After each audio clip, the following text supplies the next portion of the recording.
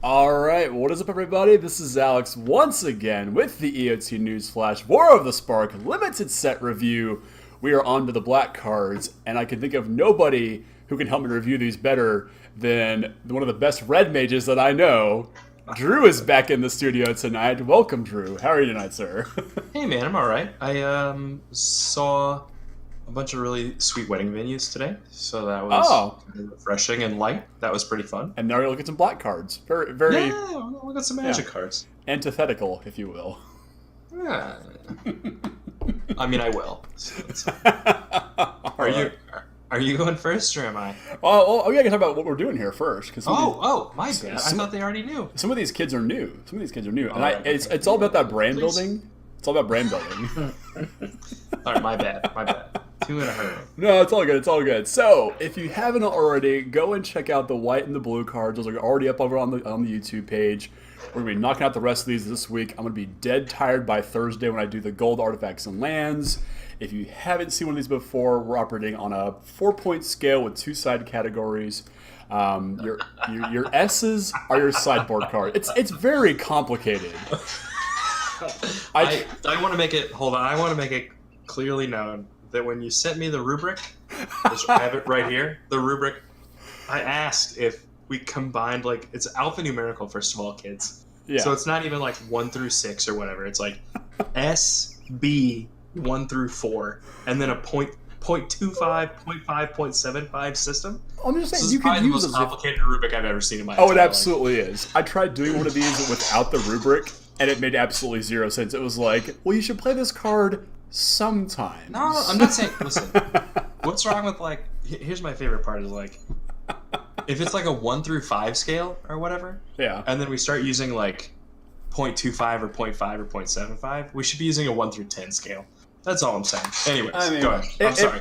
I'm in this man's way. I'm in his traditions here. I'm sorry. It might evolve later on. I don't know. It's like, what's the difference between like a 6 and a 7? There's no difference. There's no difference.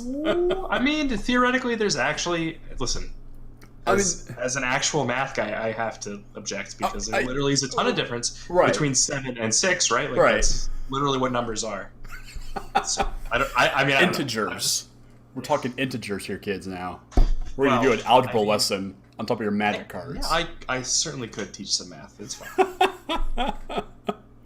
Not very good with the English, but the numbers. Hey, that's okay. The cards have the text on them. We don't need to make up words. We just read the cards. I don't even want to play the English cards anymore because of these Japanese ones. ones. Yeah, we can talk about that at the end of the episode. Let's do that later. That's a side thing. Yeah, that's something that if you haven't seen these just yet, prepare to have your mind blown, but you have to wait through this part first. So, yes. Is it a threat? I don't know. So our S's are sideboard cards you should only bring in to answer specific threats. B's are your build-around me's, things like persistent petitioners, who are only good in multiples and in critical mass. And then we have our 1s, which are your sort of just absolute draft chaff, your unplayables. 2s are your generic fillers, which most of your limited decks will be full of. 3s are your more premium creatures and removals and some of the planeswalkers in this set. And the 4s are the absolute bombs that will just pull you into a color, win you a game, and just are awesome cards. So this is a limited set review, right? Limited set review, yeah. Oh, okay, all right. I wanted to make sure we weren't talking about constructed. Oh, definitely not. I have zero. Persistent petitioners? I was getting a little confused. Yeah, I have zero bearing on what standard looks like right now. So my own opinion is basically moot at this point. So I don't know what's happening. But let's not waste any time here. Let's jump into Aid the Fallen. This is a sorcery at common, 1 in a black that lets you choose one or both, and you return target creature card from your graveyard to your hand, and or return target planeswalker from your graveyard to your hand. Drew, what do you think? What do you like with this guy? Or this card's pretty playable, I think. Oh, 100%. The name of the one in Allegiances, or is it RTR, where it's like it's RTR. Yeah. Or not RTR. Ravnica. Ravnica. Guilds of Ravnica. Guilds of Ravnica. Yeah. Thank you. Where it's has Spectacle, costs 4 mana, and then it's 2 mana if you Spectacle, and then you bring a guy back, and you bring 2 guys back, or what have you.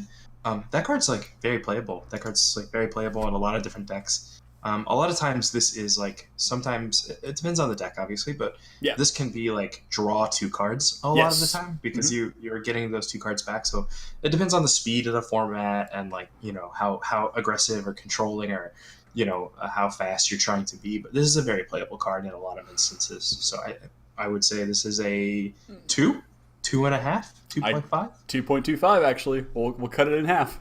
All right. So we're already off to a great start. Yeah. Meet in the middle. Love it. Yeah, totally agree on this one. I think the format's going to be really grindy, so I expect cards like this to be very, very playable in any black pool. Super cool. It is super cool that it gets a Planeswalker black. Black.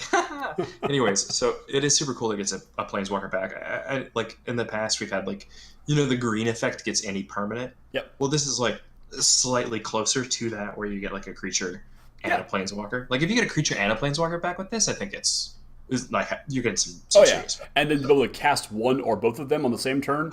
I mean, I guess it depends on the Planeswalker, but yeah, absolutely. Yeah, that's true. Yeah. All right, what do we got next here? Banehound. It's a 1/1 Nightmare Hound, has lifelink and haste, and a lot of flavor text. Yeah, I'm pretty underwhelmed by this guy. I gave it a 1.75 just because there's enough +1/+1 counters in this set and some decent combat tricks to make it remotely playable. I think there's an aggressive black deck that would probably want this, but I expect to see this going around the table quite often. Not impressed. This is less than a 1. I think. Wow. So this has been a card before without the haste, but like a 1/1 for 1 lifelink in this particular color. Like, I brought this in a couple of times to like block. Like, sure. A more aggressive decks, but like if you take a look, a lot of the creatures in this set don't even have 1 toughness. Oh yeah. This isn't like a particularly weak chain whirler set, if you will. So like. I don't even know that it does that job very well, and if it doesn't do that job, I don't know. Yeah, I like everything in the set outclasses it. 0.75. It'll get played. Somebody will have it in their deck. It'll have a reason, but nah. Yeah, yeah, definitely nothing too exciting to write home about. This next card, however, I think is quite good and quite. It's got some interesting flavor to it, just because of the sorcery speed to it. So this is Bleeding Edge, 1 black, uncommon at sorcery. Up to 1 target creature gets -2/-2 at the end of turn, and then you amass 2, where you would put 2 +1/+1 counters on an army you control, and if you don't control one, you make a 0/0 black zombie armored creature token first. Lots of text, lots to unpack. Yeah. So this was described to me actually like by a couple of different people as like a smaller conditional Chupacabra. And we all know how completely ridiculous that card was. So, like, at the very minimum, like, that card ruined a format for me. But, like, if you kill a guy, you're like, I'm going to eat your grizzly bear. I'm on the play, so I'm going to eat your grizzly bear, and I'm going to make a grizzly bear. Yeah. Like, that's pretty good. Like, God forbid it's like, I make my 1/1 into a 3/3 while I eat your grizzly bear. Like, this card's pretty reasonable. Yeah. Or even post-combat, you finish off their guy and make a guy in return and have a blocker all ready to go. So yeah, I have to check the rubric here. Give me 1 second here. Let's follow the thing. I think this is a 3. It might be a 2.75, but I think this is a 3. Yep, that's about where I put that as well. It's a pretty good card. It's something I would definitely have in my deck, even if like you said, even if it doesn't kill a lot of things like post-combat type situation. Yeah, absolutely. And what do you think about Amass as a mechanic here? Because it's in all the Grixis colors, and there's obviously an aggressive version of it and then a real grindy version of it. And I'm on the fence with it right now. I don't think it's super aggressive. Okay. And Sean and I had a conversation about like. So there's like a couple of cards in the set that like mill. Mm-hmm. So like you could cast all these spells that you were going to cast anyways. So like spells that mill or things that kill your opponent's creatures, and then you could make a 2/2 like every time it happens, and then you can chump them, and then that's like an extra activation on your like Ashiok or whatever. Oh sure. Or an extra mill spell or something, or like maybe you make a 4/4 and now you can like hold the fort and block while you mill them. So like there's lots of like really cool applications for it, other than just like making a giant army, which is going to happen. Somebody's going to make like a 12/12 and abyss you every single turn. That's going to happen. Yeah. So I think there's a lot of variance, which is something that I don't think is always bad and limited. So I think it could be great. And then people could be so upset about it. I don't know. Yeah, absolutely. So what is next? This ridiculous card. Citadel. It is 3 black, black, black. It's a legendary artifact. You can look at the top card of your library at any time. You may play the top card of your library. If you cast a spell this way, pay life equal to its converted mana cost rather than pay its mana cost, and then tap, sacrifice 10 non-land permanents. Each opponent loses 10 life. I'm going to be straight up and real honest. I have no idea what to do with this card. I'm sure somebody will do something with it, and they'll play it on turn 0 in Vintage or something. Oh, well, you can kill somebody with it in EDH, combining this Sensei's Divining Top and Aetherflux Reservoir. It's an instant kill, but that's what? So if you play this and then you have Sensei's Divining Top in play, if you flip Divining Top, use it to draw itself to draw a card and put it back on top, you just put it back into play from the top of your library. And as long as you have Aetherflux Reservoir, it starts gaining new life each time you play it. So it's like 1 life, 2 life, 3 life. And eventually you just get to 4,000 life and just shoot everywhere down.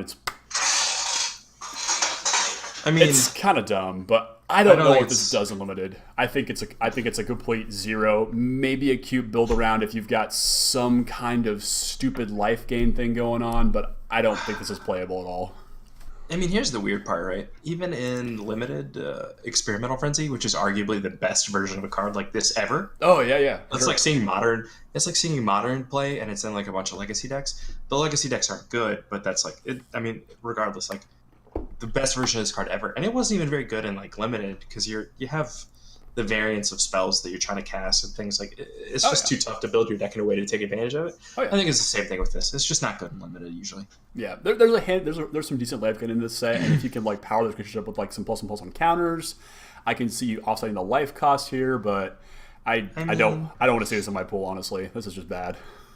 I think there is a reasonable situation. I mean, 10 permanents is so many. Oh, it's that last side of text is basically non-existent. 10 permanents is so many. I forgot it was that. 10 permanents is so many. Yeah, non-land at that too. I'll sacrifice lands all day long to nuke you, but not.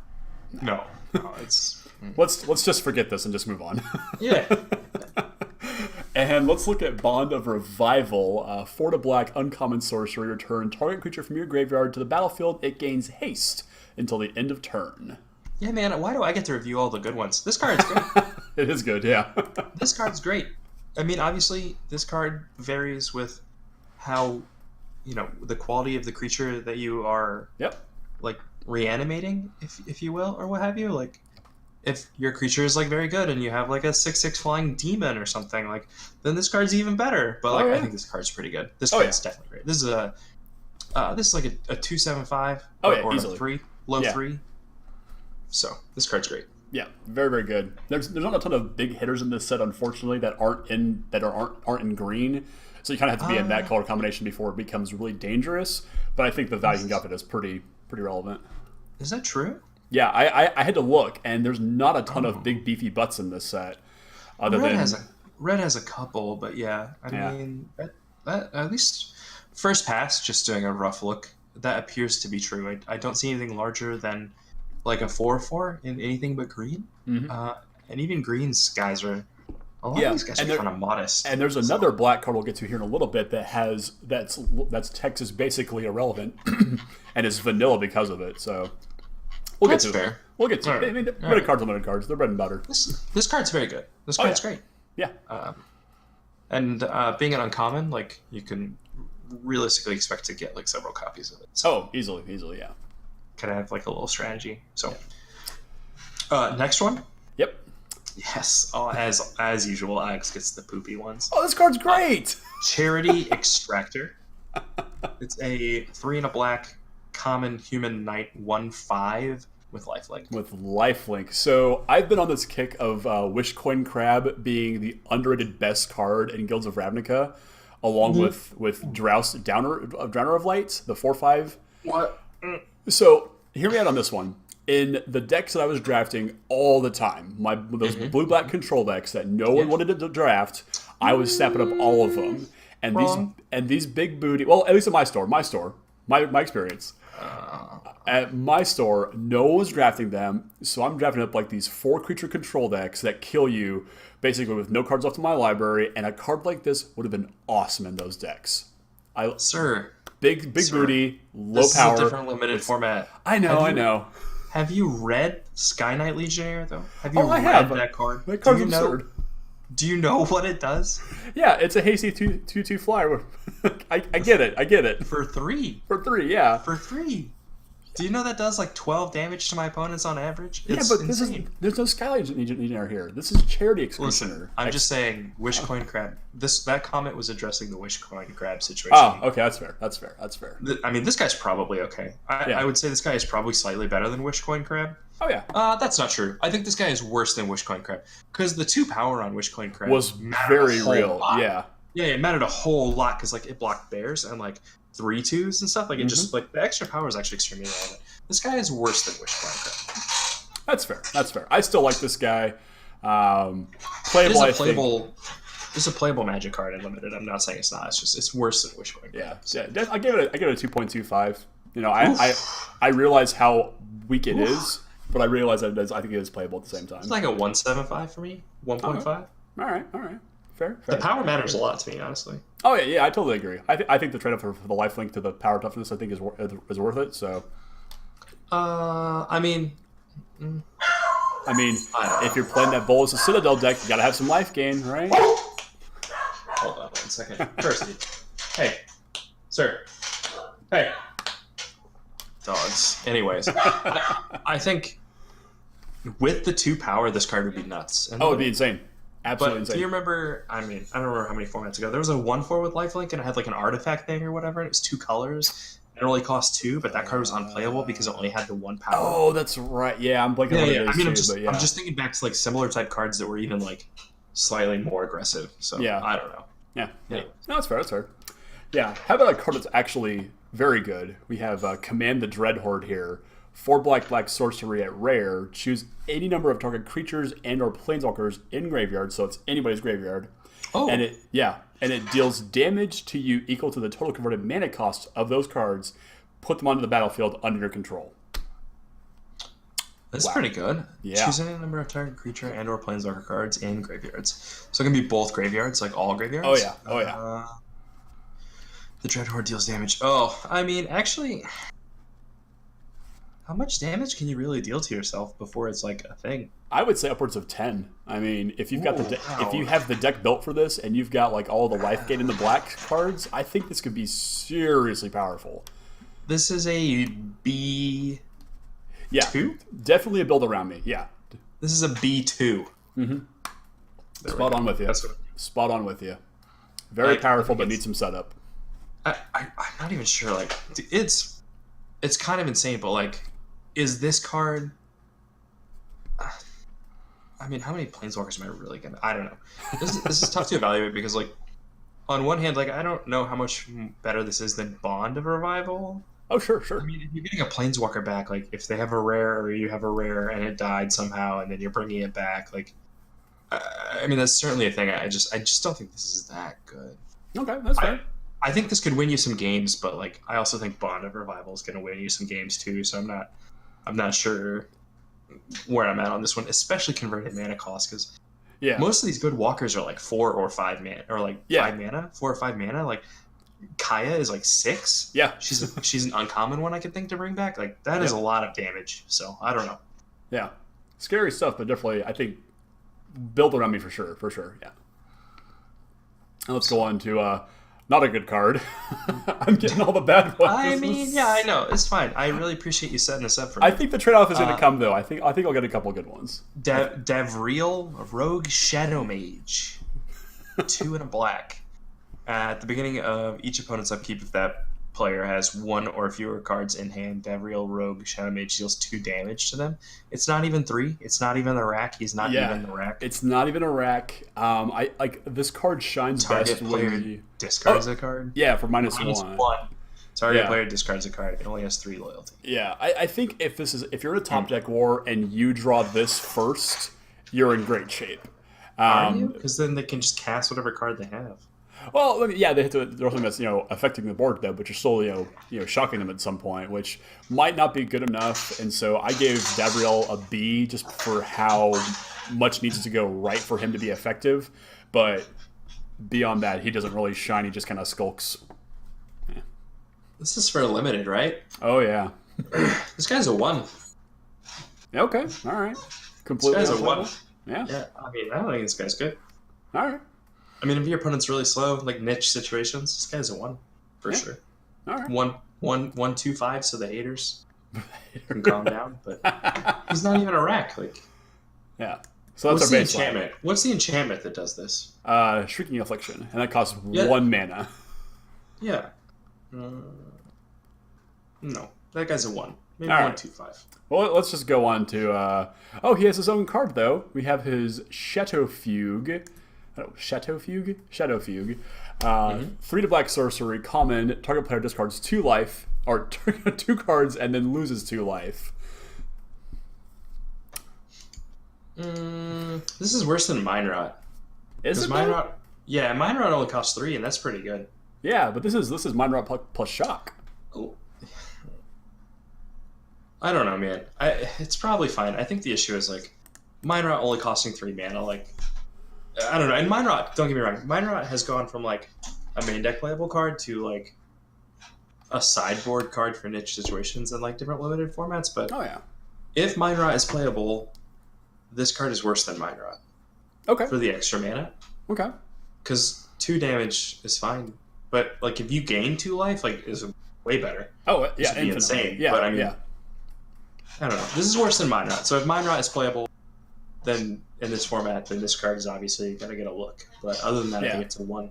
Okay, yeah, I give it a 2.25. Honestly, I guess I can know like on 3. You like the shock that much? Well, I like the shock, and I like the fact that it comes a turn later than Mind Rot. So when you're playing Mind Rot, if you play it like on 3, which might be right or wrong depending on the situation, your opponent has more choices in their hand. But if you're playing this on 4, they're down maybe another card, and all of a sudden their hands are that much more cramped, and all of a sudden they've got to make a harder decision. Plus, you're putting pressure on their life total. I think Mind Rot costing 3 mana has less to do with what turn you cast it on, and a lot more to do with the fact that it's like on turn 4 or 5 when you're casting it usually.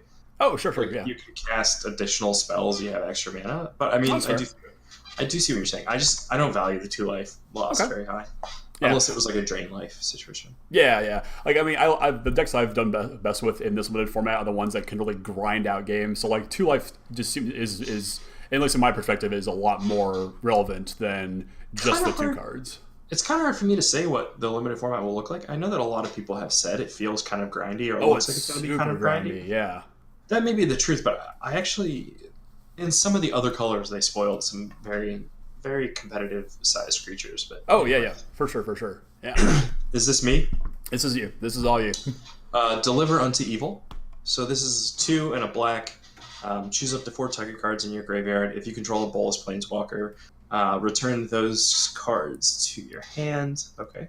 Otherwise, an opponent chooses 2 of them. Leave the chosen cards in your graveyard and put the rest of them in your hand. Exile, deliver unto evil. So it's like a Gifts Ungiven from your graveyard, unless you control a Bolas Planeswalker, and it's like a Yogg Will. Yeah, which I would say you don't even need to look at that Bolas Planeswalker line of text, because you're going to engineer the situation where you're getting the best 4 cards from your graveyard, and it's going to be a bad decision for your opponent no matter what they pick. Like, I think this card is just very similar to the first one that we reviewed, Aid the Fallen. Oh yeah. Right, because I mean, you're going to pick a bunch of cards, and they're going to give you you're going to pick the 4 best cards, and they're going to have to give you 2 of them. Yeah, this is fine. This is a very playable card. It's like 2. Yeah, I gave it a 2.5. Just the flexibility of it. Yeah, if Aid the Fallen is playable, this card's definitely playable. Yeah, comparing it to Gifts Ungiven and Fact of Fiction, I think is definitely high praise for a card like this. So, very powerful. Yeah, but those cards are much better and constructed, right? Where you can set up a situation and build a deck that is gonna take advantage of what's happening, right? Like I'm gonna take advantage of the cards in my graveyard, and I'm gonna cast a bunch of cantrips, and then I'm gonna storm off and do a bunch of nonsense. So. Which also seems fine. If you're into that kind of thing. I mean, it's one of the more reasonable things you can do in Modern right now, so who knows? Yeah. Well, let's talk about a card that is close to a relatively weak card in Modern. We've got not quite Bitter Blossom. We have the Dreadhorde Invasion, 1 and a black enchantment at rare. At the beginning of your upkeep, you lose one life, and amass 1, so you make a zombie, or you add onto your current zombie. And whenever a zombie token you control with power 6 or greater attacks, it gains lifelink until the end of turn. I don't even like the comparison to Bitter Blossom. So many people have done that. Yeah, it's not a good comparison at all. Well, it's not even the same card. It doesn't even. It costs 2 mana and it makes tokens. Like yeah, that's about where it stops. Yeah, I don't. I guess it's enough for some people. Yeah, I think this card's pretty good limited. Like make a 1/1. Now it's a 2/2. Yeah. Now it's a 3/3. Now it's a 4/4. Now it's a 5/5. Like, I think it's pretty reasonable. Yeah. And in a worst case scenario, it's like a force field, right? You're just like exactly. Block a guy. You do something. I think this card's very reasonable. This is like probably a 2/7/5. That's what I gave it with a conditional build around me. Like if you've got enough amass, this gets real scary. But if this is your only amass source, I probably wouldn't play this by itself. Yeah, I mean, I think there's a lot of situations where you'll like have a 6/6 or something. Oh yeah, and then you'll cast this, and then you'll just give a guy a lifelink. But, I mean, that's scary too. Yeah, that's a very scary thing. Yeah. So I think this is pretty reasonable. Yeah. All right. Yeah. So 2.75. Yeah. 2.5 somewhere in there. Yep, with you there. And in the keeping of it, here we go. Dread Malkin. Damn it. Zombie cat. It has menace. It's a 1/1 for 1 black. Sacrifice another creature for 2 and a black. Or Planeswalker. Yeah. Anyways, put 2+1/+1 counters on Dread Malkin. I gave this thing a 2, but I think I should be a little more cruel to this thing because this thing is actually trash. This card's not good. The menace will get you maybe 3 or 4 points of damage before they play enough things to block it. And the fact that you have to feed it literally your board to make it even relevant is just so bad. And I don't want to put counters on this thing with my spells. I'm going to knock this guy down to a 0.75, honestly. Just this guy's not a playable Magic card. I mean, I say that, but like, do we have any threatened effects in this set? I think there's like 1 or 2. I'd have to go back and check, honestly. I mean, there's 1 and it costs 6 mana. This guy's a 1? I gave it a 7.75, honestly. This guy's a 1, maybe less. Like, brought it way down. It's not. I mean, it's not a good Magic card. Yeah. It's a sideboard only card, I think, and then like, unless there's a bunch of threatened effects I just don't know about, then like threaten, eat it. Yeah, this guy's relevant type situation. Or I mean, I guess like you could eat a bunch of amass tokens with this like over and over again. Like if you have Dreadhorde Invasion and then it's like, I mean, I would say your amass tokens are better though. Like if you're playing a bunch of amass creatures, they are. You hopefully have the amass lords, and that just gets out of control. Yeah, I'll give it a 1. This card's not. It's slightly better than the lifelink haste guy because it has like other utility. But I mean, I'll give it a 1. Yeah. Not impressed. Not impressed. Here's the card I was thinking about. The one that has basically 0 relevant text. So let's see. Is this mine or is this yours? I forget. This is me. This is you. Yeah. Duskmantle Operative. It's human rogue. Okay. Yep. My antenna's up. It's a human. Duskmantle Operatives can't be blocked by creatures 4 or greater. No. Yeah, I did the count. There's less than 11 creatures with baseline power 4 or greater. This basically has... Really? Yeah. How many of those are rare? 3, I believe, and it's the gods that I'm blanking on the exact number, but it's pretty underwhelming. Like even the green ones aren't all that good. The only part where I think this becomes playable is if you can slap some counters on it yourself, and all of a sudden it's like 6/6, and it depends. Even the big guys can't tangle with it anymore. Man, I never discounted Grizzly Bear. Oh, it's all Grizzly Bear, yeah, but there are like plenty of formats where like this goes in my deck, and it goes in my deck with like some removal spells and like other things that are happening. It's like it's probably fine. This is a solid. This is a 2. This is a very playable card. Yeah. This could even be as high as like a 2.25 if it's a Grizzly Bear format. Yeah. Because like any kind of Grizzly Bear with text, it's like a thing. But Anyways, you were supposed to rate this one. You rate this card. I give it a solid 2. It's solid filler, but beyond that, the text is basically irrelevant, I think. So that's fair. Yeah. That's fair. This next one, though, this is pretty hot. This is the Elder Spell. Black sorcery at rare destroys any number of target planeswalkers, and you choose a planeswalker you control and put 2 loyalty counters on it for each planeswalker destroyed this way. Goodness. And limited, this is probably pretty good. It's like honestly, like, it depends on how relevant there, because this doesn't kill a creature. Right. So it depends on how many. This is certainly a main deckable card. I think it probably belongs in the sideboard, depending on like the quality of deck, or like if everybody has multiple planeswalkers in their sealed pool. Oh yeah. Like if everyone's gonna have like 3 or 4 walkers in their sealed pool. Like, then this probably makes its way into the main deck, but it does not kill a creature. So my initial thing is like, this is a 2. Yeah. I kind of split my rating on this one, actually. I gave it a 2.5 for the pre-release and sealed specifically, because, everybody at the pre-release is going to be like jamming 18 walkers in their deck if they can.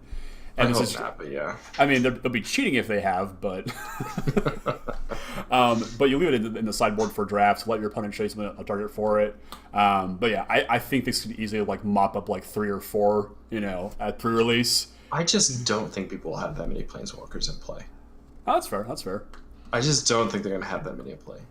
I could be wrong. I could be 100% wrong, and somebody could have 9 planeswalkers in the deck. I mean, again, little kids, they do things. It's beautiful. Yeah. They play all the fixing they can. They all play all the basic lands that they can, and their deck is bad, but you let them do this, and then you Elder Spell them. Congratulations. This is the first card I got to review that was terrible. So. Got him.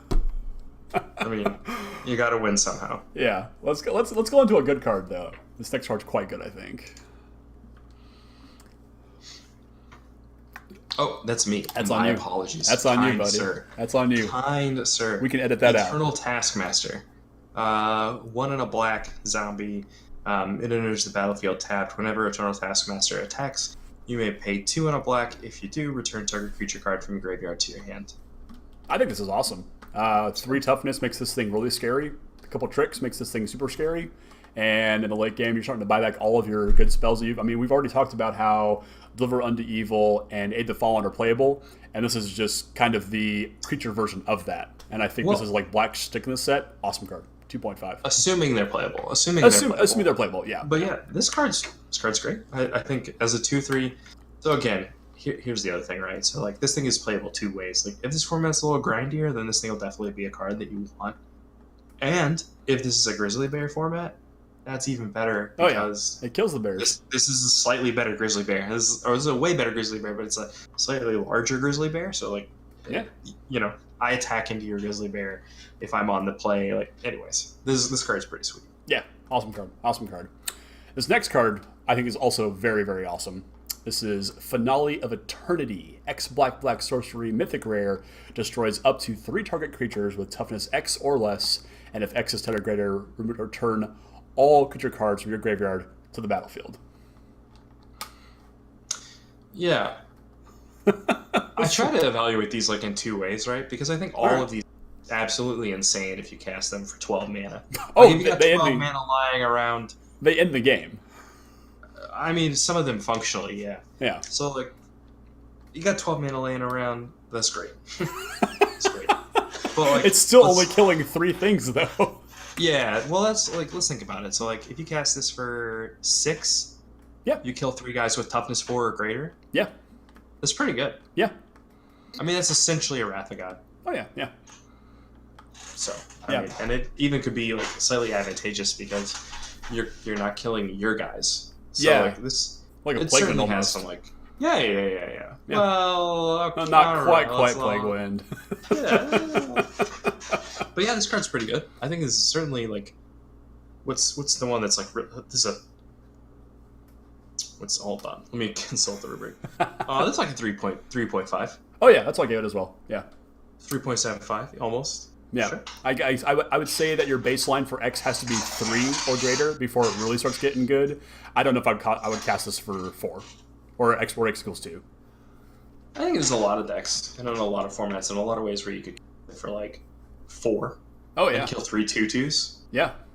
Or like 5 and kill 3 guys with 3 or less toughness. I think that's probably fine. Oh yeah. So anywhere in that range. Yeah. Obviously, it would be the nuts if you just cast it for like 3 and killed 3 guys with 1 toughness, but like, I don't know that. I mean, I don't know. That that's living the dream right there. That's yeah. But still, very, very powerful. Yeah. Oh, okay. Here we go. Yeah. Yeah. Finally, Alex gets a really good card. Maybe I did draw this up correctly. God Eternal Bantu. Legendary creature, zombie god, 3 black menace. Yep. He is a 5/6. When God Bantu when God Eternal listen. I need to speak to somebody immediately about the all the gods' names are super goofy to pronounce. I get it. I would like to speak to a supervisor immediately. When I'm the only one here. Eternal Bantu enters the battlefield, sacrifice any number of other permanents, then draw that many cards. When God Eternal Bantu dies or is put into exile from the battlefield, you may put it into the owner's library 3rd from the top. Yeah, they all have this clause, right? The Teferi me thing. Yeah. I like how you're saying it like it's got quotation marks when God Eternal Bantu. Yeah, man. I'm just trying to make sure we get through this. Jesus.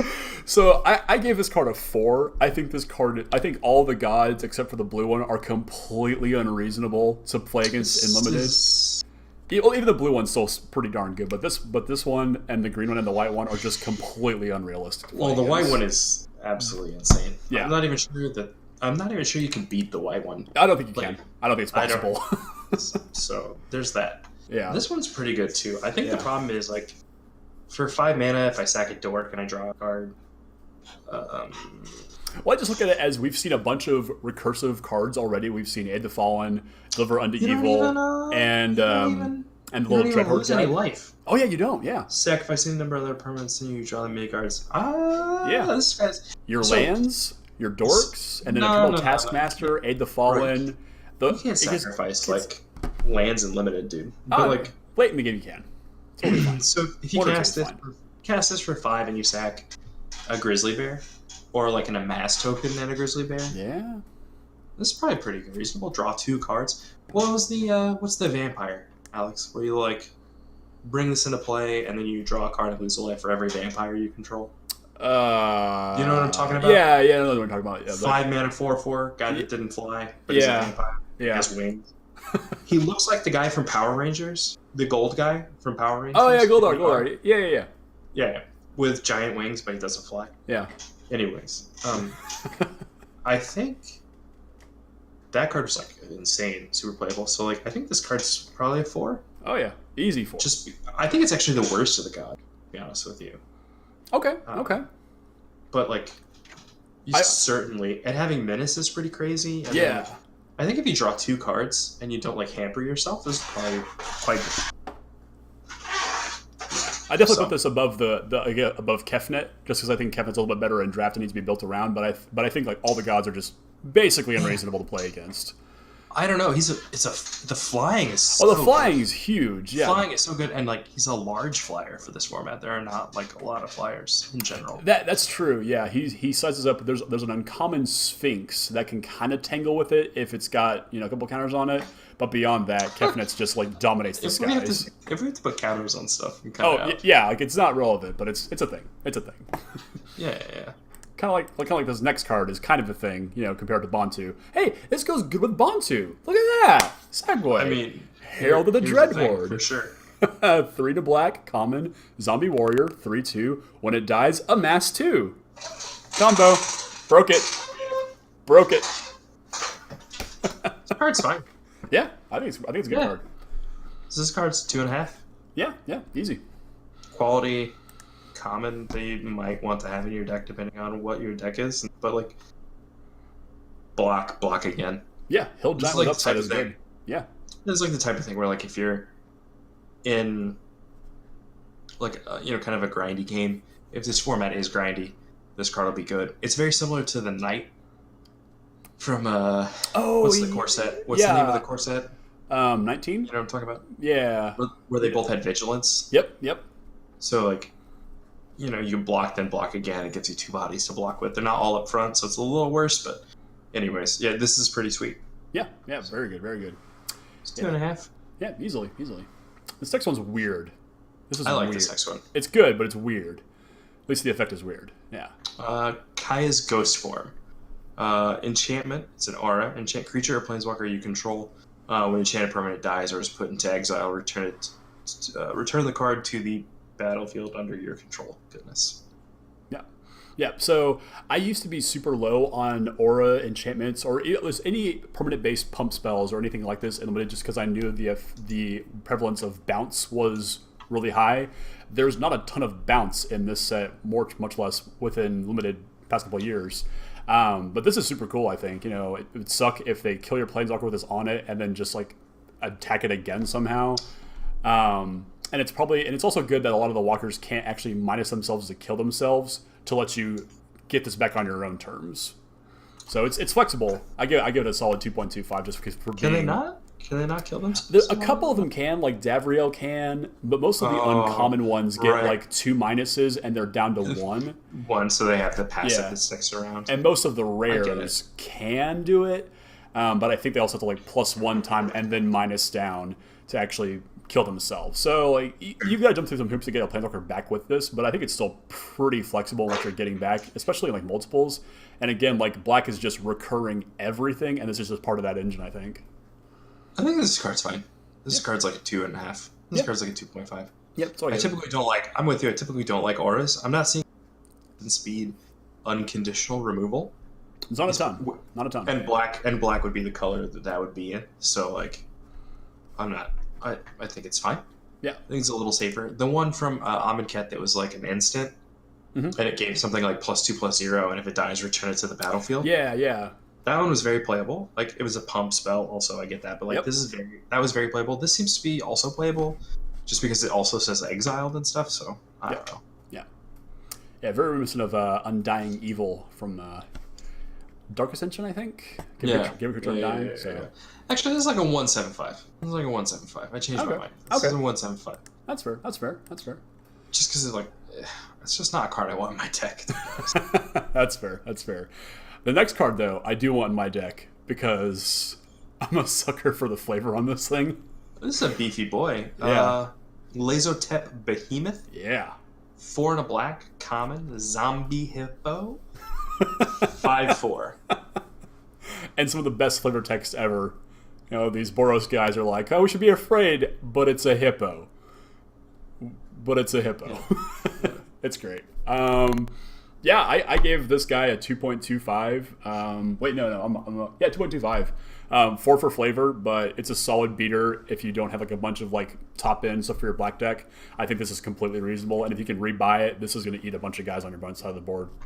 I think it's good. It's a 2? Yeah, that's fair. I mean, it could be better depending on what's going on, but it's like a 2. Oh, yeah. It's not a card I want very often, but like that is what it is. It is a hippo, and that it is what it is. Yeah, I mean, sometimes it'd be like that. Yeah, but let's go into a card that is complete. Well, we're not to it yet. We're not to it yet.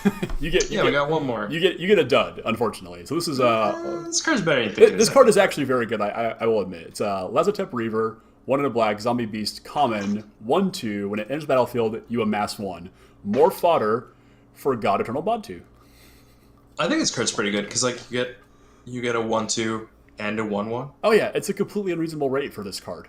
This is ridiculous. I mean, I think it's pretty good. I think this, and it's like, so again, this card's actually deceptive because going back to it, I don't think this is a Grizzly Bear format, but like if it is, this is better. Yeah. Because this is like a 2/3 that I get to like double block your Grizzly Bear, and you can kill one of my guys. But like, which one is it? Because like the amass token's actually pretty relevant. Oh yeah. And then like if I'm on the play and I play this on 2. And then I untap and I cast another spell and I make that the amass token into a 2/2. Yeah, and you start beating down. Yeah, like this is raise the alarm and then some.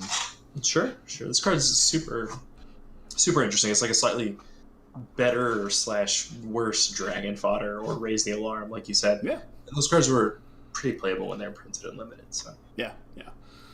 This next card, however, all right. I'll read this card for you. Okay. Liliana Dreadhorde General. 4 black. Whenever a creature dies, whenever a creature you control dies, draw a card. Doesn't have to be a token. Yep. +1, create a 2/2 black zombie creature token. -4, each player sacrifices 2 creatures. Each opponent chooses a permanent they control of each permanent type and sacrifices the rest. So you like cataclysm them. Oh yeah. So, and that's +1, -4, -9. Yeah. Starts with 6 loyalty. Yeah. The fact that there is black removal that can kind of take her out pretty easily. This card exists. The instant speed planeswalker removal in this set exists because Liliana exists. This card is completely unreasonable to play against. I'm pretty sure this card's unbeatable. Oh, it is. That was my note. This card is unbeatable, in any context. Pretty sure. Yeah, I will slam this on 6, -4 it. I don't care. Or if the board's clear, you've already lost the game against this. Here's the thing, right? So, do you remember how ridiculous 6-mana Vraska was in Ixalan? Yeah. This card is better than that, I think. Yeah. So there's that. Yeah. So what's your highest rate? Is a 4? A 4. It's like a 4. It's like if I could give it a 5, I would because. Hey, well, listen. Yeah. We're not adapting the scale here. The rubric says it stops at 4. It's a 4. Yeah, it's a 4. Unbeatable card in any situation. Card is unreal. I think this card. I mean, I beat a Vraska a couple times, but it was few and far between, and you have to be extremely far behind.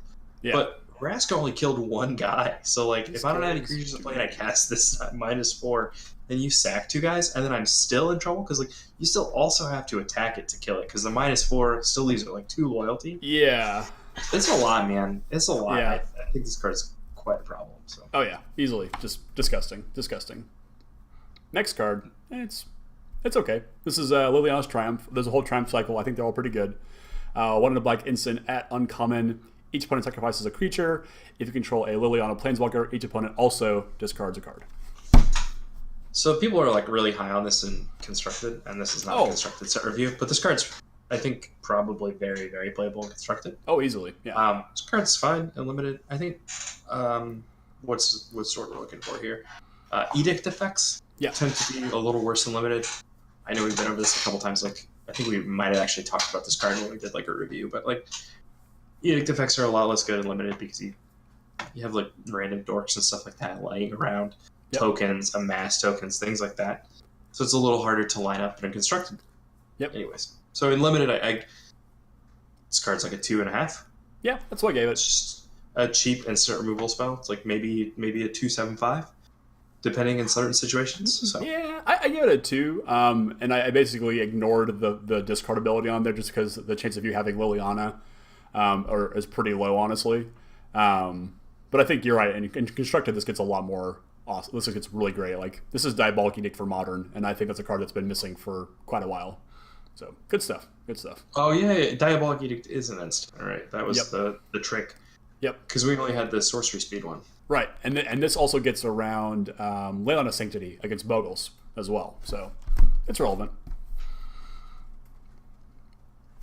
Yeah, and they also still discard the card. That's crazy, actually. Yeah, if you have the Lily, because I imagine you put this in Jund, or just black green shell. So you can't catch it with Liliana of the Veil, but you can play Liliana plus them, and then you flash this and you just blow them out completely.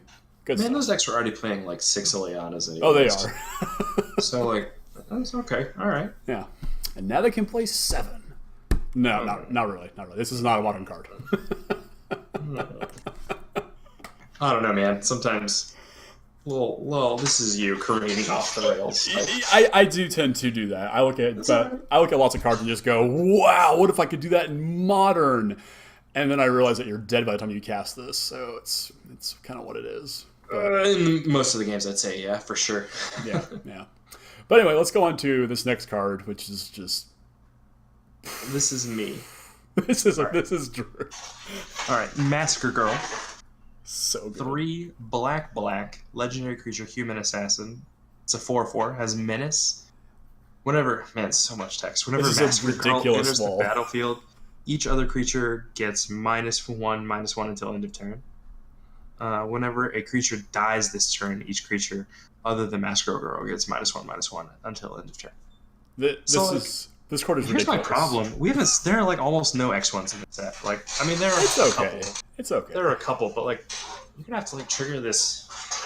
I mean, I guess if I pay 5 mana, get a 4/4, eat a guy or two, it's probably still nuts. Yeah. So here's my thinking though. So like, let's say that there's like the board is full of 1/1s. Like you have like 5 1/1s in play, right? You play Massacre Girl. Just like I just making sure this works how I think it works. Yeah, we're fantasy. Since they all die, everything else gets -5/-5, right? Yeah, I believe that's how it works. It doesn't say token. Yeah, this card is just ridiculous. I give it a 3, kind of a build around me as well. But I think with all the removal, all the pump spells, the combat tricks, you could probably engineer a situation where you're going to bare minimum 2-for-1 somebody when you cast this girl.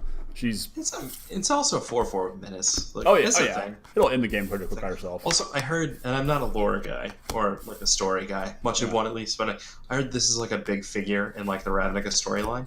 It is. So she was originally sort of like hinted at on Thrillkill Assassin, which was back in Return to Ravnica. And she's such a prolific assassin on Ravnica that people are... That's the guy that's a 2/3? Yeah, with Unleash, I think. Or it's like a 2/1 or something. But she's so prolific and so well-known, people are imitating her, and she's finally shown up to be like, all right, guys, this is how you actually do this. Goodness. Yeah. Okay. Cool stuff. Next card, not all that cool. I mean, we reviewed this guy, but I'm in. Yeah, so this is Ob Nixilis, the Hate Twisted. 3 black, Legendary Planeswalker Nixilis, uncommon, 5 starting loyalty. Whenever an opponent draws a card, it deals a damage to them, and you -2 to destroy target creature, and its controller draws 2 cards. Yeah, we already touched on this one. I give it a 2. 2? Yeah, okay. That was the easiest thing in my life. Yeah, moving on. Ob Nixilis' Cruelty. Target creatures -5/-5 until end of turn. It's an instant for 2 and a black. Yeah. I'm interested. I gave if it that 3. creature would die and set exiled instead. Yeah, I gave this a solid 3. This is like the best removal spell we've seen so far, right? It's up there. There's one more that's a little bit better, I think. It's available, but like this is really good. Like this is easily like rare sucks, uncommon suck. This is what I go to. Like I'll first pick for some rares in some cases. Is it 2.75? Oh yeah, easily. Yeah. Or a 3? I gave it a 3. Yeah. This kills a lot. This might be a 3. This kills a lot. Yeah. It kills everything. It doesn't kill the gods, unfortunately, but this kills... Well, it does. I mean, it kills some of them temporarily. Yeah. This card's a 3, I think. I changed my mind. This might be a 3.25. Yeah. I'd have to look at all the green cards, but I think there's only, like 1 or 2 green cards that actually survive this. This card's very good. This is like a 3.25. Yeah. Super good. Super good stuff here. Price of Betrayal. It's a sorcery for 1 black. Remove up to 5 counters from target artifact, creature, planeswalker, or opponent. Is this even playable? Like, I think that it is. So, like, the planeswalkers are your best targets for this, and this will nuke most walkers. I think only Arlen, and I think there's one that starts with 7. But is it this Liliana card that it also doesn't kill? Is that the one? Oh, yeah, it is Liliana. Okay. So there's like maybe 2 or 3 that I'm forgetting. That this won't outright kill.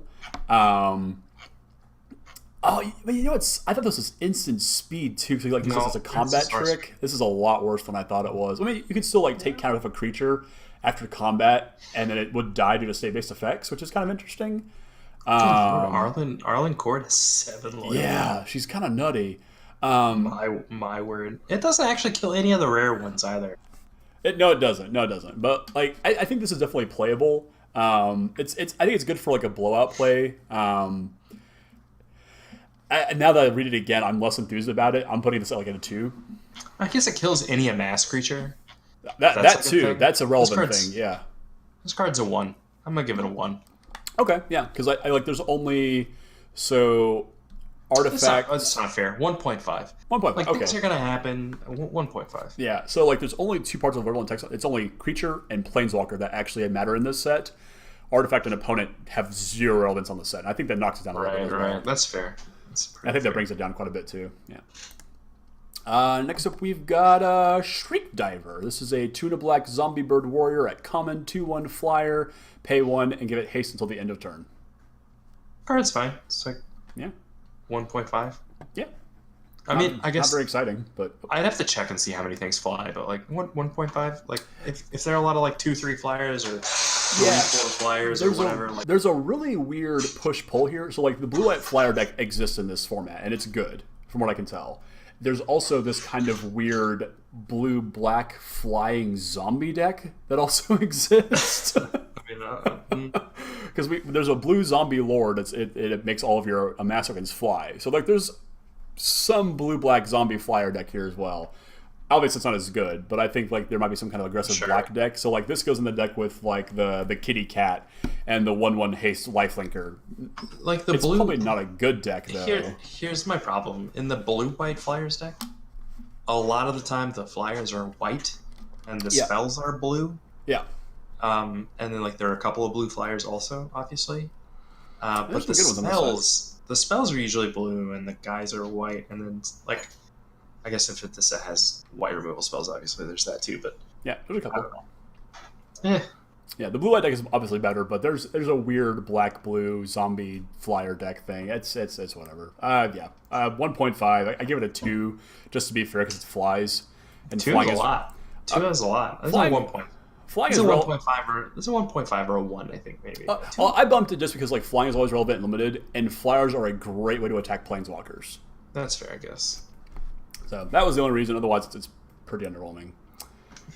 This next card, though, I love this card. Man, this card's fine. This card gets printed all the time. Yeah. Sorin's Thirst. Black, instant. Deals 2 damage to target creature, you gain 2 life. Obviously playable, yeah. 2.5. This card's been playable. This card's been playable a million times. Again, if this is a Grizzly Bear format, this card's way better if it's not. Like, oh, yeah. And it kills most things in the format, too. I mean, I would say it kills upwards of like 70% of the creatures in this format. So, wow, that's a lot. Yeah. If it's that, I mean, if that particular statistical quotation is true, don't quote me on that, please. Then I would say this card is like at least a 3. If not, it's like a 2.5. It's like a card that people are pretty happy to have in their main decks a lot of the time. So yeah. I give it a 2.5. I think it's really powerful here. This is the next one, Spark Harvest here, I think is I've seen this one. On par with Cruelty. So a single black sorcery at common as additional cost to cast this spell, sacrifice a creature, or pay 3 in a black, and destroy target creature or planeswalker. Like 5 mana to kill anything, I think is super playable. Yeah, Dustin just calls this like a better Bone Splinters. I'm inclined to agree. Yeah, I think it is. I mean, Bone Splinter was like with upside, obviously. Yeah. In 2 forms, like kills a planeswalker instead of just creature, and then like has an alternate casting cost instead of just having to sack a creature. So yeah, I mean, I think this card's the card's great. I think it's probably slightly. Is this a sorcery? It is a sorcery, unfortunately. Yeah. So I mean, I don't think you can print this at instant. But no, definitely not. I think it's pretty good. I think this card's fine. Paying 5 mana to kill something when I don't have anything in play, or like 1 mana if I have an advantageous, like, kind of 2 for 1 myself. I think that is the trick, though. Like when it's good, it will be because it's the 2 for 1 didn't matter for you as much. Yeah, no, I completely agree. Like they've locked something, like they pacified something, or any number of things. Are there any pacifism effects? I thought there were like a lot of sack effects. There's one pacifism effect in this set, and it actually removes it from play, so it's not a pacifism. Truly, well, it's an oblivioning effect. I remember Sean and I got in an argument about that card. Yeah. Or maybe Dustin and Sean got in an argument about that card. Anyways, go ahead. I think it's fine. What's interesting though, and it's kind of what we're mentioning here, of all the unconditional removal in this set, none of it is in black. Well, hold on. Close, right? So it's not creature or planeswalker. I should say instant speed unconditional removal. It's all in gold. It's white, black, and black green cards that can do it. That's fair, but I mean, like, what else do you need to kill that this and the other spell don't kill? Oh, I don't know. I'm just making a point. That's fair. This is just context at this point. I guess that's fair. We're on the home stretch. Home stretch. Spark Reaper, zombie, 2 and a black, 2/3. 3 mana, sacrifice a creature, planeswalker. It's part of the cost. Yep. You gain 1 life and draw a card. So what I get a 2 point. Like the 3 toughness is pretty relevant in this format, I think. Is it? Okay. But I think I need to see. Yeah. Like I need to see how much fodder I can give for this guy. Because if the format's really grindy and I've got a bunch of like do nothing creatures in play, I'll happily sack to this guy. A bunch of used up planeswalkers, I'll happily do it. But I need to see just how many I can get for this guy to become. Because I think you need to activate him twice before you've gotten your value out of him at some point. I mean, goes back to like how many, like, are there a bunch of cheap threat and effects in this format? Like, oh yeah, that too. I mean, like if there aren't, then this guy's far less good in my opinion. But there's like a 1.5. All right, yeah, that's fair. I just think it's like, if I'm just sacking my own guys for value, I just probably rather not. Yeah, no, I'm with you there. Yeah. So I mean, I imagine with some other cards and some other contexts, pretty good. So, yeah, nice. Like there's an engine here. I think I just need to find it first. This next card I'm pretty high on actually. This is Tithe Bearer Giant, 5 and a black, 4/5 giant warrior at common. Enters the battlefield, you draw a card and lose a life. So this is our Phyrexian Rager, and it's a big one too. What's the one from the core set where it's like a 3/4 for 5? It's like a rhino, and it comes into play, and you like draw a card. Do you know what I'm talking about? I do. I can't think of what it is though. It costs 5, 4 and a green, 3/4 rhino comes into play. No life loss, but you draw a card. Yeah. I was thinking it was white for some reason, but yeah, effectively that too. Yeah. Yeah, that card was like super playable. Yeah. This card's a little more expensive, so it's 6 mana, a 4/5. I mean, I guess how big are the other 6 mana creatures?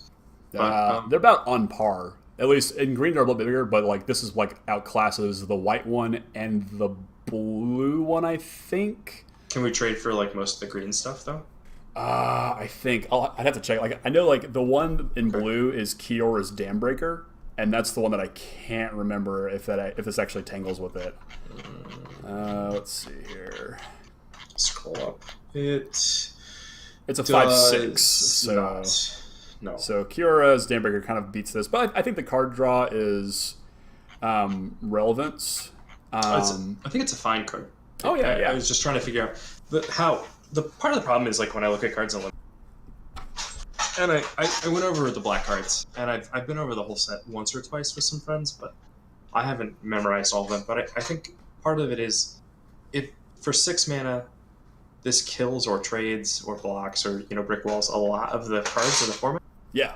Then that's cool. If it doesn't, then like it's a lot less attractive. Yeah. And there's some neat synergy with it. There's Teferi's Time Twist, which is the one in the blue that blinks a creature that gets that can rebuy this, and then there's the Rescuer Sphinx, which you can kind of combo this with as well and rebuy the effect. I mean, you're paying a ton of mana for it, but it's still like good limited value.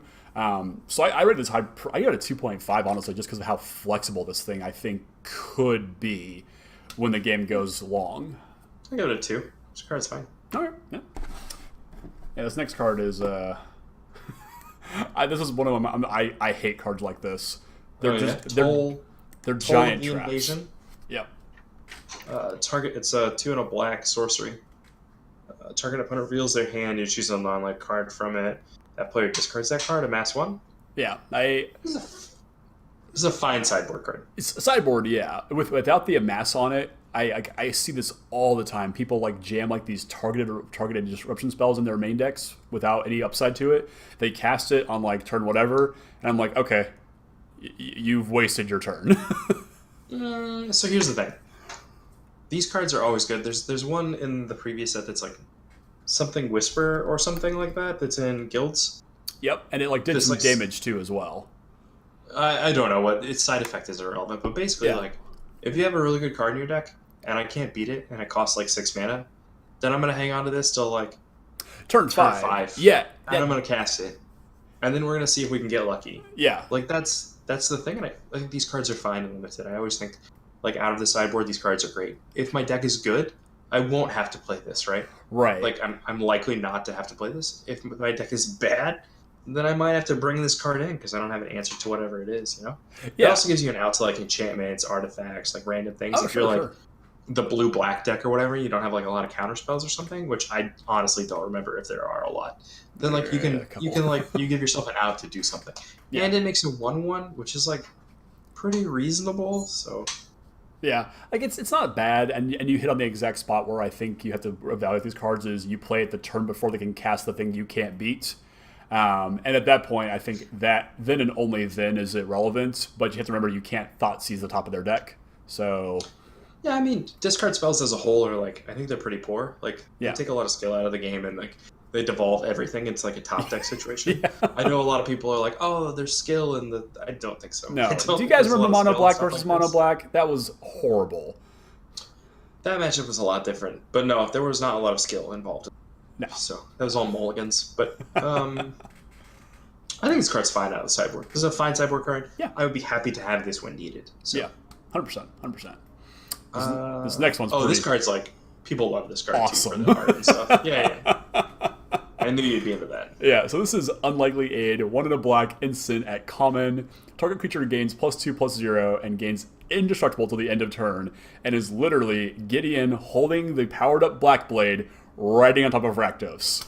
Yeah, I mean, card's pretty metal. So awesome. Card's pretty metal. I think it's a pretty good combat trick too. Yeah. Like make my guy indestructible and trade up. Yeah. So like I give this card like 2/5. Yeah, that's why I gave it. Yeah, and I'm gonna put it on the side of my panel van because it's that good. This is pretty fucking metal. Yeah, this is panel van worthy. Not often do I say that. Yeah, I mean this is great. I also did not realize for scaling, banana for scale here. I actually didn't realize how big Rakdos. I didn't either. Well, it says he's a 6/6, right? Yeah. In the art for Rakdos, like he's in the distance. He looks really big, but like, dude, he is massive. Yeah, like Gideon's a big dude. Like, he's at least like 6 feet tall, but Rakdos' head is easily 6 feet tall. I mean, it's taller than that, dude. Like, anyways. Yeah. Rakdos is a large gentleman. Yes. So. Yeah, and he will only let this happen one time. I mean, bro, gotta save my planet. Trying to have fun. Yeah, that's true. He can't stop the show if there's no show to stop, right? Exactly. Yeah, you can't be safe around fire if there's no fire to be safe around. Like this is just logic. These are facts. That is true. I think this card's pretty reasonable. Yeah, A+ for flavor, but yeah, 100%. Yeah, also a pretty playable Magic card limited. Yeah. My turn here. Vampire Opportunist. Yeah. It's a 2/1 for 1 and a black vampire. Pay 7 mana, 6 on black. Each opponent loses 2 life, and you gain 2 life. I think this is completely playable. I think back to the one black mana bats from Ixalan. That is exactly what I was going to reference. And this is a better version of it. Well, this is cheaper. Yeah. For activations, and it's repeatable. Yeah. So now, I think it's like you had to pay 8 mana. 8, I think it was. Yeah. 8 and sack it for like. I think it was 3 or 4. It's 4 for 4 life. Yeah. So here's the thing. I lost in the top 8 of Amoto PTQ. Oh no. Because I cast that card and then couldn't activate it at the same time. And then he killed it. Oh. So it's just like both like flooded out and everything, and only. So this has like a lot of upsides, but it's not a 1/1 flyer. So like casting it early is, I mean, at your own risk, right? Like if the format's slower. Oh, 100%. Yeah. So I mean, it doesn't have flying. You could just not block with it, right? Like if you want to hang on to it and you have that ability, like you certainly can. But I'm with you. I think this card's like deceptively probably pretty playable. And again, if it's a Grizzly Bear format, there's no difference between 1 and 2 toughness. Yeah. There's only a difference between 2 and 3. Exactly. In most of the situations. So says the math guy. Well, I mean, for purposes of attacking and blocking in this card game, there you go. But yeah, Blightkeeper cool. Blightkeeper for reference was the 1 black flyer from Ixalan. Pays 7 and a black and tap it, sacrifice it. Target opponent loses 4 life and you gain 4 life. So it is a bat, yeah, indeed. Yeah. So it's pretty, and that card was like playable. So. Yeah, 100%. Yeah, and this next card here, I think, is also kind of in the same camp of you don't have to attack with it for it to be good.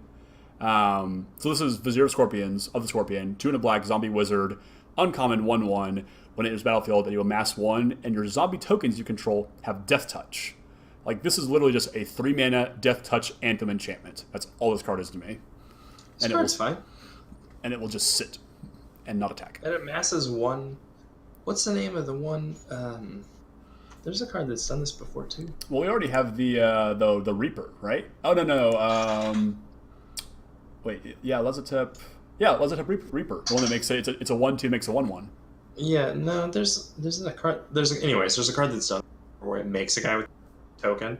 Oh, sure. Death Touch. Yeah. This is essentially the same thing. The card's playable. This is great. This is like really just like the worst thing you want to see against like if you're the deck again. If you're the deck that's trying to be the aggressive deck in the format, like this is the last thing you want to see on turn 3. Oh yeah. Under the blocker, so like. Yeah, I think if you like your turn 2 is Reaver into this, I don't know how your opponent's going to win that game.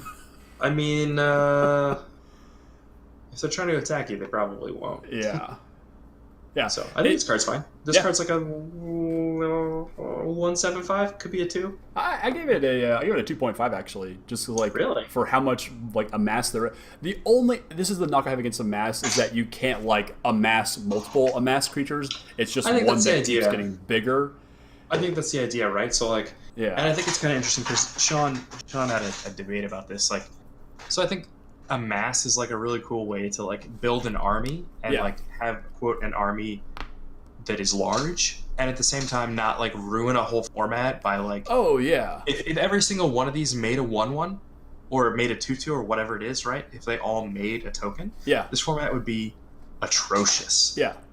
So this is a really cool way to like look at me, I have a huge army and at the same time like not ruin a format, basically. Yeah, so. No, I totally agree, because when I first read the amass effect, I was like, oh, cool, so I can make either a 1/1 or make a 1/1 or one I already have a little bit bigger, and I thought I was literally going to make just like this absurdly large army, and then just start firing off Proliferate. And then, and then I read the article that Mark Rosato wrote about amass, and I thought, oh, I'm stupid. I ruin Magic if I play it this way. Yeah, I mean, it wouldn't be very fun. I think that format would be. Yeah, I think there's lots of formats that I've played that have like infinite tokens, and it's just like Battle for Zendikar comes to mind as just a horribly grindy board style format that no one could. That one in the Dominaria was like not very good because the green deck's just like Dominaria is so good. You and Bess can reminisce about that all you want to. I hated that. That's fine. I had some really great legendary like dude decks. They were great. Ugh. But let's wrap things up. This is the last one. This is the last one, and then we have to talk about something else that's really cool. Vraska's Finisher. Finish it. When Vraska's Finisher enters the battlefield, destroy target creature or planeswalker an opponent controls that was dealt damage this turn. This card's been printed before in a different format, but this card's pretty good. Yeah, this is awesome, and it's common too. So your opponent, you and your opponent have to. This is only 3 mana. Wow. Yeah, okay. You and your opponent have to respect the existence of this literally at every step of combat, or not every combat, like every turn. Like if I attack and I'm in black, and you're like, "Oh, I'll just block this thing," or my planeswalker take like a damage. I play this, and I just make you look like an idiot. Or if I walk into this, I look like an idiot. Like this is going to be the skill tester card of the format, I think, because the better players will use this one to full effect and just ruin those days. This card's interesting. I think this card's good. Yeah. I think this card as a 3/2 is good, and then like, if you manage to like snag something, this card is like definitely good. I think also depending on like I know there's other cards in the set that like deal an incidental damage to things, so like this will certainly be a card to combo with for sure. Yeah, very very very good. Yeah. All right. And attacking a planeswalker and then destroying it, even when you only got like this card's pretty good. This card's like a 2.75. Yeah. Very, very, very good. Very good. I was a little off on it, but then I read it again, and then I read it again, and then I landed where I am right now, and this card is super good. All right. Yeah. So that's the end of the black cards. These blue cards, I'm gonna have to listen to your review on blue. The blue is pretty nutty, as is the whites. I've been really impressed with the set just across the board so far. But obviously, like down in the comments, like let me know. Do you think I'm wrong? Did I miss something on a card? Like, don't follow. Tell me Like, follow, subscribe, all that stuff. I don't care. Don't tell me. Did you when you guys were doing blue? Did you do it by yourself or did you have? I did it by myself so far. Yeah. Did you see the Sky Theater Strix? Oh yeah, that card's insane. I was like, I had to read this like 2 or 3 times, and then I had to like I had to like message like bets in them, and I was like, "Hey, did you guys see this card? Like, is this?" There's that, and then there's something? This card's pretty good, I think, right? And then there's Thunder Dragon, or the 2, 3 for 4 that I missed that it got counters on the second spell cast, and that just seems so nutty, like. And the fact that it's not like restrictive, like you must cast a non-creature spell. Oh, you cast your second spell. Yeah, I mean, in limited, it's going to be kind of tough, but yeah. I don't know, like when you play it on 4 and then like turn 5s and 6, like you're probably gonna double spell at some point with some cantrip or a pump spell. You want to double spell early. Yeah, that's the thing. You double spell, and if your second spell is the one that draws a card and proliferates, you're off to the races. That might be fair. There's a lot of proliferate on this thing. Yeah. Surprisingly, not in black, though, which is kind of weird. Yeah, well, the mechanics are color-centric based on... Like, because blue, black, and red are the enemy colors. Are majority enemy colors. And then the green, white, and are not Bolus's colors or whatever. So they're... like majority good guys or whatnot, and then red kind of like red and black and blue kind of have some good guys or whatever. Yeah. So anyways, the white cards are pretty sick too. But the white cards are fantastic. Yeah. So let's shift gears here a little bit, because as Drew came on tonight, he pointed out something to me that I had missed today. Oh man! So we're gonna go over to the mothership. And we've got these things that are they're Japanese alternate art planeswalkers. Man, they are cool. Only found in Japanese boxes of War of the Spark. I recommend the Chandra, the Sarkhan, the Damri, and the Karn. Those are all like super sick. So let's just roll through these really quickly here. Like I'm not going to talk about them, but like the art on, so if you remember the Chandra versus Jace dual deck from Japan, that was all like, so like it's the only time they've ever done it, but it's the same dual deck as the original Jace versus Chandra, but the Jace and Chandra Planeswalker cards have been animated, animeified. That makes sense. And this is just like all of that and then some. I mean, look at this Liliana, like. That's like straight up Final Fantasy concept art right there. Just blowing my mind. This is like Drew called it as we were getting ready. Like, this is how you sell packs. Like, yeah, man, that's exactly how you sell packs. And you will have the ability to get these here in the States from WPN promo packs. But I think I'm just gonna buy a box of Japanese War now. I'm not going to, but. For people who care what their cards look like, absolutely. Oh, yeah. I mean, the only one that I'm bummed I can't get is the Tezzeret, because I would be all over that card. Is that not... It's a buy box, right? It's a buy box. Not alternate art? Is he not alternate art? There's no alternate art. And I'm kind of bummed. Look at this Tamio. Like, just... I mean, these cards are pretty sweet. That Tamio is going to be super playable. Oh, yeah. Ashiok is gorgeous as all get out. Oh, look at this Kiora art. She's like standing in the maw of the beast.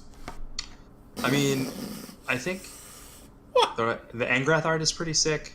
I obviously like the other ones that I mentioned. And then the Huatli, or whatever her name is pretty sweet. Oh, yeah, Huatli looks great, yeah. I think... or Dino? I think this Shihili looks just ridiculous. Oh, Shihili is... I'm not sure what's going on with that one, but it looks dumb. Yeah, this is just... So these alternate versions appear randomly in Japanese language of War of the Spark boosters, replacing the regular version of the Planeswalker 50% of the time. So you open a box, you're going to get 18 of these. And we've made Japanese booster boxes around the world available, so over on Amazon probably, because Wizards plasters that Amazon thing everywhere right now. So like, if you hold on, so I'm only 50% likely to get one of these? Yeah. Bro, these are going to be worth $1 million. Oh, yeah. And these cards will also be available in Wizards Play Network promo packs during the Core Set 2020 play season, appearing in roughly 1 in every 4 packs. So those packs, kind of like, I guess they're like the Showdown packs, are going to be worth $1 billion. They've only been printed in Japanese, but will appear in promo packs around the world. So here's the thing, guys, viewers, listeners. I'm not greedy. Somebody ship me an Angrath. That's it. That's all I want. Somebody ship me an Angrath. Yeah. We'll call it a day. Everybody can go home and about their business. Yeah. That's God, look at this. Look at this Sorin. Look at this Raw Zarek. Bro, these cards are... I'm telling you, these cards are sweet. You're welcome, by the way. You're welcome. I didn't know this was a thing. By the way, these cards are super sweet. This Domri raid, if one of your viewers was kind enough to send me a Domri raid, come on, dog. These cards are great. I don't care for some of them, but that's just because I don't care for that particular art style. Arlen but some of these are just some of these are pretty sweet. Control. I mean, I'm not a big fan. Like you said, like I'm not a weeaboo. I'm not like into a bunch of like chibi. Can we say that on stream? Is that legal? It's fine. It's fine. I'm not into like waifu culture or whatever. But but you know, like sexy Jaya here. I'm feeling it. I'm feeling it. I think some of these are quite good. I do. Yeah. I want this Liliana. Pretty sick. I have a birthday coming up. My birthday is July 3rd, guys. So if y'all want to make me happy, this is a pandering. Give me this Liliana for my birthday, and I'll send you I don't know, an autographed picture of myself. Jesus. Worth something. How much are those going for on the market? Well, it's when we're talking about math again. So one of a kind. I mean, it's the one of market. Yeah, that's actually true. You know, it's however many I can get off of my phone. You know, how many selfies can I take? It's potentially infinite. You know. Oh man. So, I think before this goes too far off the deep end, we're gonna call it for the night. Yeah, I mean, it's fine. Yeah. I think these green cards are pretty good. I think you'll have a pretty reasonable time. I don't know who's helping you for those. I might bring in some help for the gold cards because when I did Guilds and Allegiance, I just about lost my voice. It was because I sat down. I'm like, okay, I have a bottle of water. It was gone within 10 minutes because all the gold cards are super complicated. And yeah, I mean, all these gold cards have multiple texts, and a lot of them are worth mentioning. It's not like with the single color cards or the mono color cards where you can dismiss a quarter of them. Yeah, most of these are cards you have to actually mention. All the gold cards must be looked at and played. Yeah, they're all which very is fortunate, but also unfortunate for you. So yeah. I mean, it is what it is. So I'll tap somebody to help me out with that one, and it'll be a rip snorting good time. It'll be great. All right. Well, thanks for having me on again. Yeah, of course. I appreciate it. Anytime. Always happy to be here and try to review some cards. I tend to rate things kind of low, anyways, because I think that's a really good. I'm sure I'll be wrong about some of these, and if you feel like those were incorrect ratings, you can at Alex. I'm sure he has a million things he's gonna plug again, but basically, yell at him, be like, "Hey, this bald guy you bring on, he's completely wrong about everything." But I mean, I think that the delta on a playable Magic card has really kind of closed as of the last couple of sets, so everything is remotely playable. We're using the word delta now in this. Yes. What we're doing? I mean, I think you're probably not wrong, but I think especially it's hard to say limited because I think everything is playable, right? And the ones that are truly bad really stick out, but the ones that are truly great are just God Eternal Bantu.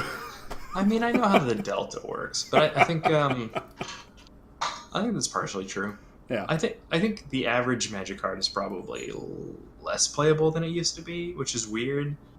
But if they're all less playable, then sure. Constructed. But if the average one is less playable, but in limited, I think it's probably the opposite. Yeah, if everything is less playable than it was before in constructed, where it's only the best of the best races to the top, then everything else is always playable in limited. Yeah.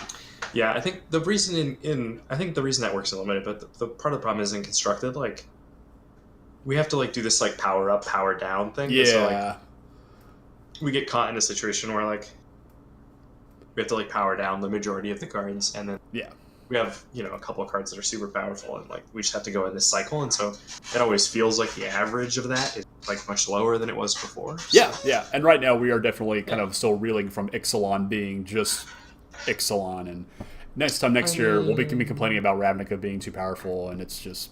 I don't think that's true. There's not a lot of we're already playing the cream de la creme of the. That's true. That's true. Of Ravnica. So. Yeah. So. It can only go down from here. Yeah. I will. I'll talk to you later. You guys have a lovely evening. You guys, I hope you enjoyed the show. Yeah. Like I said, if not, you can add Alex. Yeah.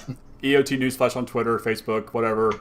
Absolutely. You can, and I will make sure that those hate messages get to Drew, as well as your signed copies of Angrath and Domri. I don't need signed. Just they're gonna sign them. Send me an Angrath. They're gonna sign them. If you want to sign it. That's fine. They'll sign them, or I'll sign it.